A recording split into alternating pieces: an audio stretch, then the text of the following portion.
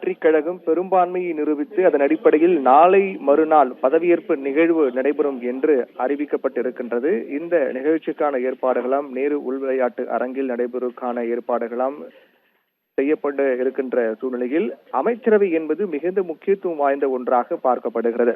யார் யாருக்கு எந்தெந்த துறை ஒதுக்கப்படும் என்பதுதான் மிகுந்த கவனத்தை ஈர்த்திருக்கக்கூடிய ஒன்றாக பார்க்கப்படுகிறது. அதன் அடிப்படையில் பார்க்கும்போது மிக முக்கியமான தமிழக வெற்றி கழகத்தினுடைய மிக முக்கிய நபர்களாக அறியப்படுகிறவர்கள் வெற்றி பெற்றவர்கள் என்ற அடிப்படையில் பெரம்பூர் தொகுதியில் விஜய், அதாவது 2 தொகுதியில் அவர் போட்டியிட்டு வெற்றி பெற்றிருந்தாலும் கூட பெரம்பூர் தொகுதியில் அவர் தொடர் இருக்கின்றார். அந்த தொகுதியில் வெற்றியின் அடிப்படையில் விஜய் உள்துறை, மகளிர் நலன், குழந்தைகள் மேம்பாடு என்ற துறை அவர் கவனிப்பார் என்று எதிர்பார்க்கப்படுகின்றது.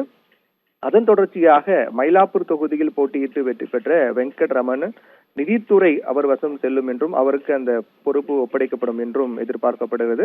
அதன் தொடர்ச்சியாக கோபிச்செட்டிப்பாளையம் தொகுதியில் போட்டியிட்ட செங்கோட்டையன் மிக மூத்த தலைவராக அரசியல் தலைவராக இருக்கின்றார்.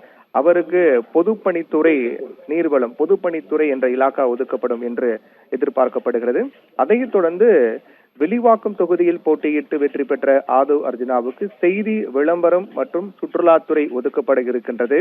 அதன் தொடர்ச்சியாக தியாகராய நகர் தொகுதியில் போட்டியிட்ட தமிழக வெற்றி கழகத்தினுடைய பொதுச் செயலாளர் என் ஆனந்த் அவருக்கு போக்குவரத்து துறை ஒதுக்கப்பட இருக்கிறதாக தகவல் வெளியாக இருக்கின்றது.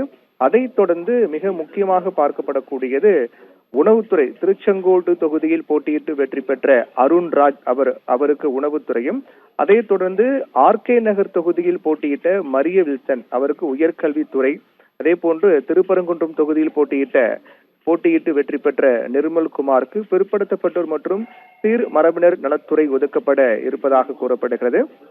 அதைத் தொடர்ந்து காரைக்குடி தொகுதியில் போட்டியிட்ட பிரபு, அங்கு சீமான் போட்டியிட்டு 3ஆம் இடத்துக்கு தள்ளப்பட்டார். அந்த தொகுதியில் போட்டியிட்டு வெற்றி பெற்ற பிரபுக்கு பால்வளத்துறை இலாக்கா ஒதுக்கப்பட இருக்கின்றது. அதைத் தொடர்ந்து மதுரை மத்திய தொகுதியில் போட்டியிட்ட முஸ்தபாவுக்கு சத்துணவுத்துறை ஒதுக்கப்பட இருப்பதாக கூறப்படுகின்றது. முஸ்தபாவுக்கு சத்துணவுத்துறை ஒதுக்கப்பட இருக்கின்றது.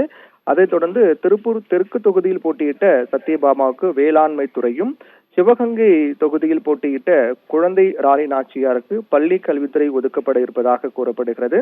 அதன் தொடர்ச்சியாக சேலம் தெற்கு தொகுதியில் போட்டியிட்ட பார்த்திபனுக்கு தொழில்துறை ஒதுக்கப்பட இருப்பதாக கூறப்படுகிறது. இதன் தொடர்ச்சியாக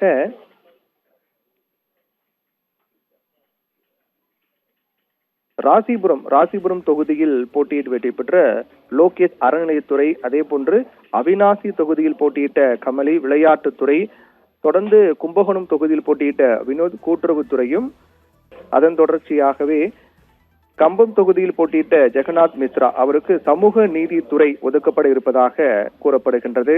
அதன் தொடர்ச்சியாக சோழவந்தான்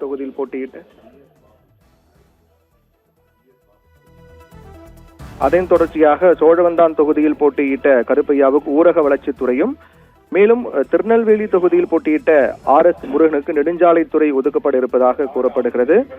குளச்சல் தொகுதியை பொறுத்தவரையிலும் அவர்களுக்கு அங்கு வெற்றி வாய்ப்பு கிடைக்கவில்லை. அதைத் தொடர்ந்து மிக முக்கியமான இதுபோன்று அமைச்சர்கள் யார் யாருக்கு என்னென்ன இலாக்கா ஒதுக்கப்பட இருப்பதாக கூறப்படுது. அதில் மிக முக்கியமாக பார்க்கப்படக்கூடியதான் கொளத்தூர் தொகுதியில் தொடர்ச்சியாக 2011 முதல் தொடர்ந்து வெற்றி பெற்று வந்த ஸ்டாலின், திமுக தலைவர் ஸ்டாலின் இந்த முறை தோல்வியை தழுவி இருக்கிறார். கிட்டத்தட்ட 9000 வாக்குகள் வித்தியாசத்தில் அவர் தோல்வி தழுவி இருக்கிறார். அந்த தொகுதியில் தமிழக வெற்றி கழக வேட்பாளரிடம் ஸ்டாலின் தோல்வி அடைந்திருக்கின்றார். இந்நிலையில் அந்த தொகுதியில் ஸ்டாலினை எதிர்த்து போட்டியிட்டு வெற்றி பெற்ற தமிழக வெற்றி கழகத்தின் வேட்பாளர் VS பாபுக்கு மிக முக்கியமான ஒரு இலாக்கா ஒதுக்கப்பட இருப்பதாகவும் பரிசீலிக்கப்பட்டு வருகின்றது. அது முடிவுகள் பின்னர் அதிகாரப்பூர்வமாக அறிவிக்கப்படும். VS பாபுக்கு மிக முக்கியமான ஒரு துறை ஒதுக்கப்பட்டு மிக முக்கிய ஒரு நபராக அமைச்சரவையில் அவர் இடம்பெற வாய்ப்பு இருப்பதாக கூறப்படுகின்றது.